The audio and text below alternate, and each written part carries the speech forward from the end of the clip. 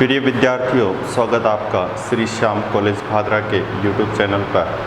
देखिए, हम बात कर रहे हैं बीए थर्ड ईयर और इंडियन ज्योग्राफी की बात कर रहे हैं। इसके अंतर्गत हमारे जो टॉपिक चल रहे थे जो भारत के भू आकृतिक प्रदेश है, जिसके अंतर्गत हमने बात की हिमालय की, दूसरी बात की हमने प्रायद्वीपीय पठार की। आज हम स्टार्ट करने जा रहे हैं एक तीसरा भू आकृतिक प्रदेश, वो है उत्तर का विशाल मैदान। उत्तर का विशाल मैदान।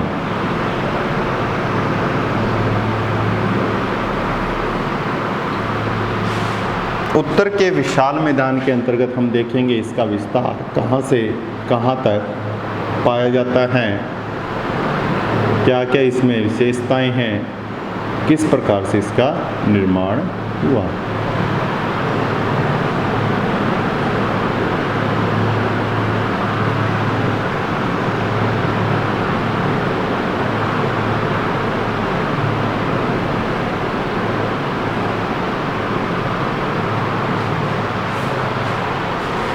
देखिए, उत्तर का जो विशाल मैदान है, इसका निर्माण, इसका जो पर्टिकुलर एरिया है वो एरिया है ये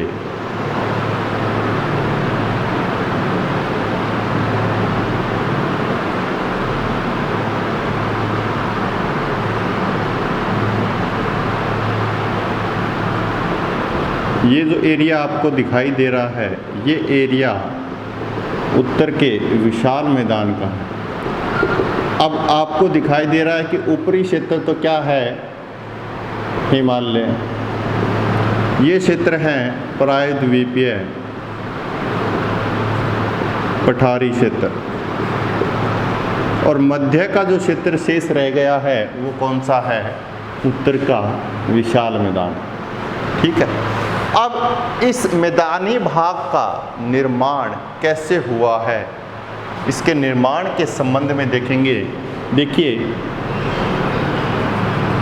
एक नदी जाती है यहाँ से, कौन सी नदी है, सिंधु नदी।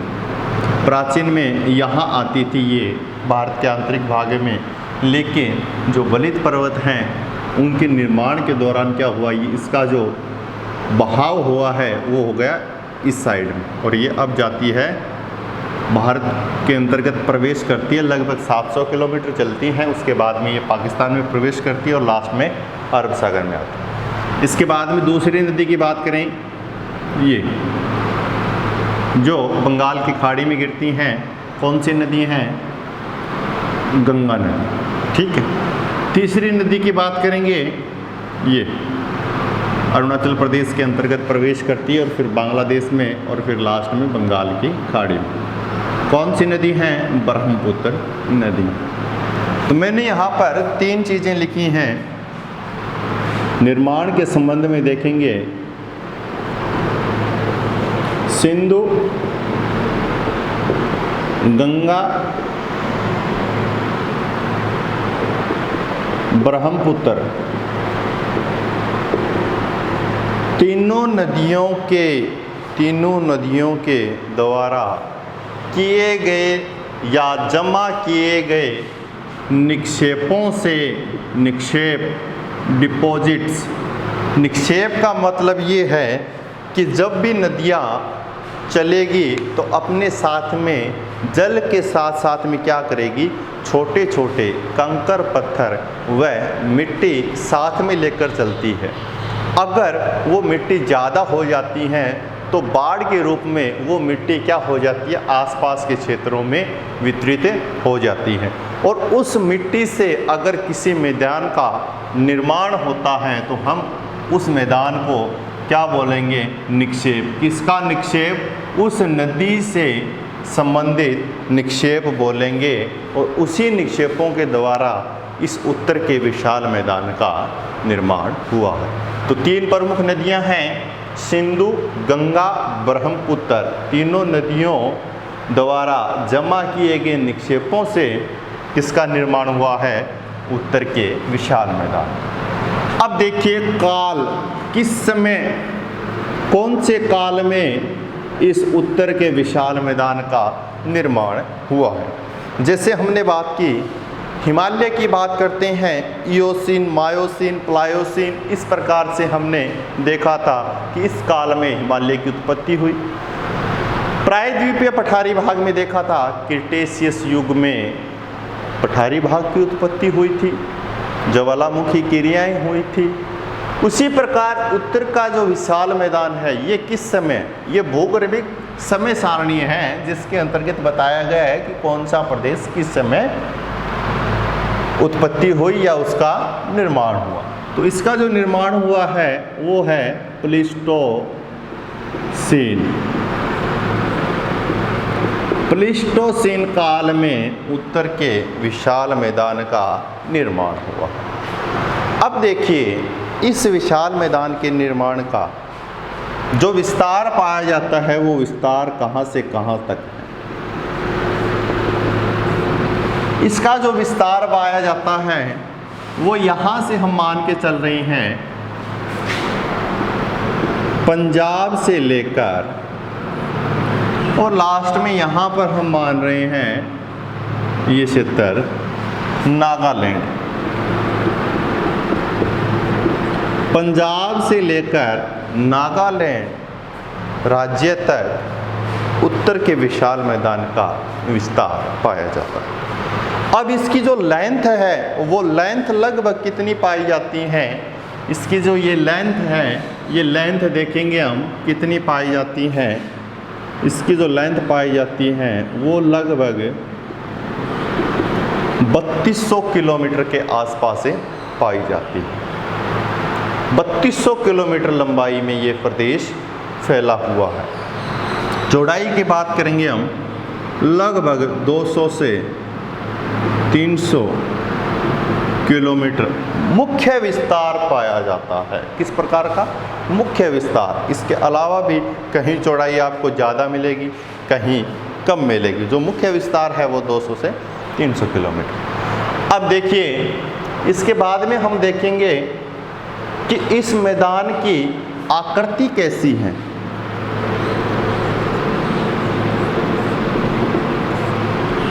आकृति जैसे आपको हिमालय की नज़र आई है, उसके बाद में आगे वाले प्रदेश जो विशाल का मैदान है वो भी इसी प्रकार से दिखाई देता है। उसका भी निर्माण इसी क्रम में हुआ है। तो इसकी भी आकृति कैसी होगी? धनुषाकार आकृति पाई जाती है उत्तर के विशाल मैदान। जैसे हमने देखा कि हिमालय है वो 5 लाख वर्ग किलोमीटर क्षेत्र में फैला हुआ है, प्रायद्वीपीय पठार है 16 लाख वर्ग किलोमीटर क्षेत्र में फैला हुआ है। उसी प्रकार उत्तर का जो विशाल मैदान है, इसका जो क्षेत्रफल है वो कितना पाया जाता है? लगभग 7 लाख वर्ग किलोमीटर पाया जाता है। और भारत का कुल क्षेत्रफल लगभग कितना है? 32,87,263। अब ये जो मैदान है, इस मैदान का जो निर्माण हुआ है और निर्माण होने के बाद में इसका जो ढाल बना है वो ढाल कैसा है, उस ढाल से संबंधित देखेंगे हम। अब देखेंगे ढाल।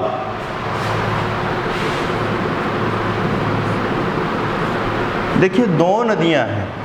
एक नदी तो इस प्रकार से इस क्रम में जा रही है, दूसरी नदी इस क्रम में आ रही है। अब देखेंगे जो पश्चिमी क्षेत्र है, ये पश्चिमी क्षेत्र है, ये हो गया पूर्वी क्षेत्र। इस पश्चिमी मैदान का जो गंगा का मैदान है, लिख देता हूँ यहाँ पर, गंगा का मैदान ब्रैकेट में लिख देता हूँ इसके पश्चिमी भाग। अब इसका जो ढाल है वो कैसा दिखाई दे रहा है? इसका पश्चिमी ढाल कह सकते हैं हम, या गंगा का मैदान या पश्चिमी भाग, ये ढाल है, ये है ना। अब देखिए, उत्तर, दक्षिण, पूर्व, पश्चिम। अब ये उत्तर और पश्चिम के मध्यवर्ती क्षेत्र में है तो NW हो गया। और ये दक्षिण और पूर्व के मध्य है, तो ये SE हो गया। अब इसका ढाल हो गया उत्तर पश्चिम से दक्षिण पूर्व। जो पश्चिमी भाग है उसका तो ढाल हो गया उत्तर पश्चिम से दक्षिण पूर्व। अब हम देखेंगे ब्रह्मपुत्र का ढाल। इसका ढाल कैसा है? ये ढाल है ना, ऐसा ही है ना, यही ढाल है। अब देखिए ये N है नॉर्थ और ये E है, तो NE ये हो गया। नीचे S है और ये W है, तो ये क्या हो गया? SW। तो NE जो क्या है? ब्रह्मपुत्र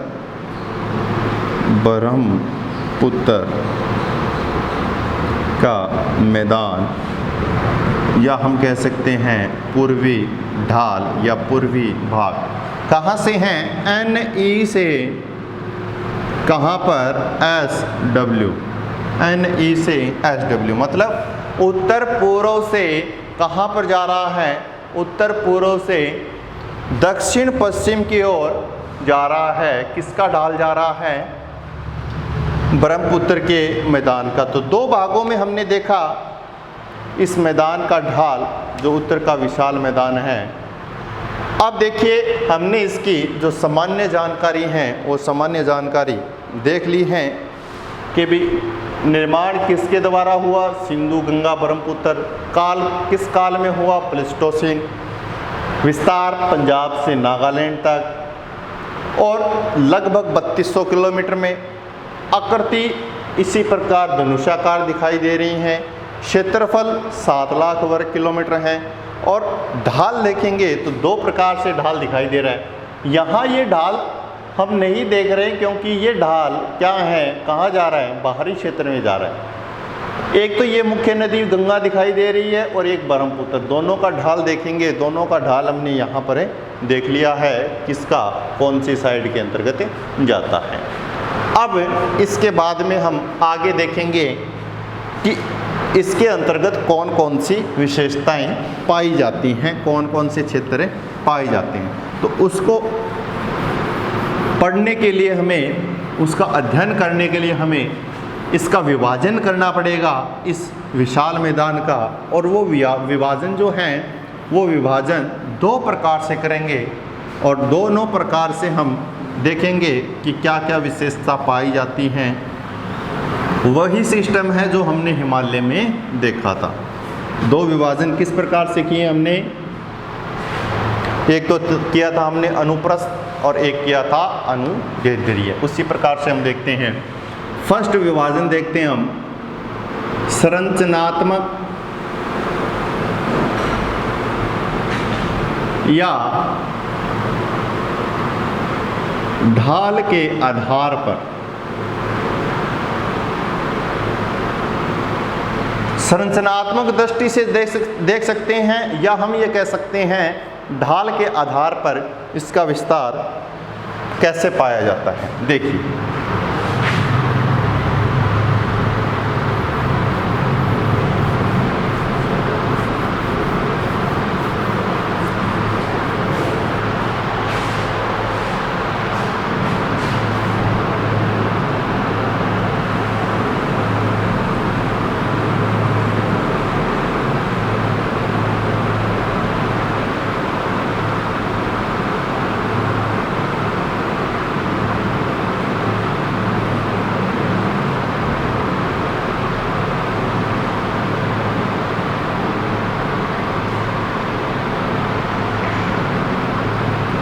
संरचनात्मक दृष्टि से देखेंगे। देखिए ये जो चित्र है ये हो गया आपका किसका? लास्ट हिमालय का पार्ट था शिवालिक, ठीक है, ये हो गया। उसके बाद में इस प्रकार से विभाजन कर रहे हैं हम, और ये विभाजन है अनुदैर्ध्य। 4 पार्ट करेंगे हम इसके, ये 4 पार्ट किए हमने। पहला पार्ट, दूसरा, तीसरा, चौथा। 4 पार्ट समांतर क्रम में हैं और चारों पार्टों के अलग अलग नाम हैं। चारों पार्टों के देखिए, पहले पार्ट का नाम है जो शिवालिक के जस्ट आगे का पार्ट है उसको कहते हैं हम भांबर। क्या कहते हैं? भांबर। दूसरा जो आता है भांबर से जस्ट आगे, कौन सा? तराई प्रदेश। तीसरा जो आता है वो आता है बांगर प्रदेश, बांगर। और चौथा जो आता है वो है खादर प्रदेश। कौन सा है? खादर प्रदेश। ये 4 प्रदेश हैं। पहले शिवालिक के, ये तो हो गए पर्वतीय क्षेत्र, उससे जस्ट आगे का क्षेत्र है, मैंने कहा जहाँ शिवालिक खत्म हो जाता है वहाँ से स्टार्ट कौन सा हो जाता है? उत्तर का विशाल मैदान। तो उत्तर का विशाल मैदान जैसे स्टार्ट होता है तो पहली जो पट्टी आती है ये पूरी, वो कौन सी है? भांबर का। उसके बाद में दूसरी जो पट्टी आती हैं वो पट्टी है तराई की, तीसरी पट्टी है बांगर की, चौथी पट्टी है खादर की। तो 4 भागों में हमने उत्तर के विशाल मैदान को विभाजित किया, भांबर, तराई, बांगर और खादर। अब हम देखेंगे इसके अंतर्गत क्या क्या विशेषताएं हैं। सबसे पहले हम भांबर की बात करते हैं। भांबर, देखिए भांबर इस प्रकार से भी मिल सकता है या भाबर ये भी मिल सकता है, कोई दिक्कत नहीं है। अब देखिए जो भाबर है इसका उपनाम देखेंगे, अलग अलग क्षेत्रों में अलग अलग हैं। मैंने बता दिया आपको कि ये बिल्कुल इस क्रम में समांतर हैं, पूरे क्षेत्र में मिलता है। तो ये जो भाबर नाम दिया गया ना, ये किस क्षेत्र का नाम दिया हुआ है? पंजाब के क्षेत्र में क्या कहते हैं? भाबर कहते हैं। वहीं हम बात करेंगे पश्चिमी बंगाल की। पश्चिमी बंगाल में इस भाबर प्रदेश को किस नाम से जानते हैं? दुआर। दुआर के नाम से जानते हैं, दवार नहीं है, दुआर। पश्चिमी बंगाल में भाबर को किस नाम से जानते हैं? द्वार। और भाबर कहाँ जाना जाता है? किस क्षेत्र में? पंजाब के क्षेत्र में क्या जाना जाता है? भाबर। अब इस पट्टी की जो चौड़ाई है, ये जो चौड़ाई है, ये चौड़ाई लगभग कितनी पाई जाती है? देखिए इस पट्टी की चौड़ाई की बात करेंगे, ये 8 से 10 किलोमीटर के बीच में पाई जाती है। ये जो चौड़ाई आपको दिखाई दे रही है कितनी? 8 से 10 किलोमीटर। अब ये जो भाबर की पट्टी है इसका निर्माण कैसे हुआ? जैसे ही नदियाँ यहाँ से पर्वतीय क्षेत्र से यहाँ निकली तो क्या हुआ? मैंने कहा छोटे छोटे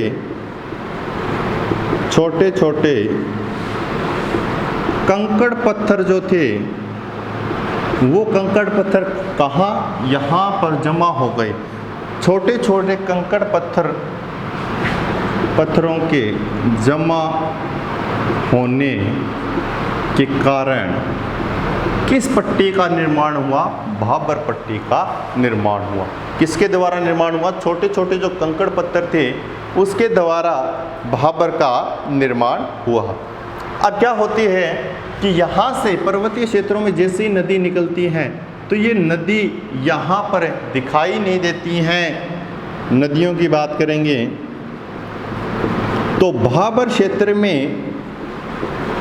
नदियाँ अंतर्धान हो जाती हैं या क्या हो जाती हैं? विलुप्त हो जाती हैं। और ये नदियाँ फिर कहाँ पर दिखाई देती हैं? हम आगे बात करेंगे। ये तराई का क्षेत्र है ना, यहाँ पर नदियाँ आपको वापस से दिखाई देगी। ये नीचे से ऊपर कंकर पत्थर होता है, पानी कहाँ से जाता है? नीचे से आगे निकल जाता है। ऊपर आपको सिर्फ क्या दिखाई देगा? छोटे छोटे कंकर पत्थर दिखाई देंगे। तो इसलिए कहा जाता है कि नदियाँ क्या हो जाती हैं? विलीन हो जाती है, अंतर्धान हो जाती हैं। यहाँ पर आपको दिखाई नहीं देती हैं, विलुप्त नहीं, विलीन हो जाती हैं, दिखाई नहीं दी जाती हैं। नदियाँ क्या हो जाती हैं? विलीन हो जाती हैं। और इसका जो विस्तार पाया जाता है तो ये जो सिंधु नदी थी यहाँ पर, इस सिंधु नदी से और यहाँ पर तीस्ता नदी तक इस भाबर पट्टी का मुख्य विस्तार पाया जाता है। भाबर पट्टी का जो मुख्य विस्तार है वो सिंधु नदी से लेकर तीस्ता नदी तक पाया जाता है। और एक इसकी बहुत मुख्य विशेषता है। शिवालिक का जलोढ़ पंख किसे कहते हैं? किसे कहते हैं? शिवालिक का जलोढ़ पंख, मतलब शिवालिक जो कट कट कर क्या है आगे विस्तारित हो गया है, जिसे हम मैदानी रूप में पढ़ते हैं, तो उसी को कहते हैं शिवालिक का जलोढ़ पंख। ये इस पट्टी को कहते हैं हम, ये शिवालिक के बिल्कुल समीप हैं, इसलिए हम कह रहे हैं कि भाबर पट्टी को शिवालिक का क्या कहते हैं? जलोढ़ पंख कहते हैं। तो देखिए, हमने देखा है आज उत्तर के विशाल मैदान की सामान्य जानकारी और उसके बाद में भाबर पट्टी, उसके बाद में हम कल देखेंगे तराई क्षेत्र, बांगर क्षेत्र और खादर क्षेत्र। तो आशा करता हूँ कि आपको अच्छे से वीडियो समझ में आया होगा। Thank you very much. जय हिंद, जय भारत।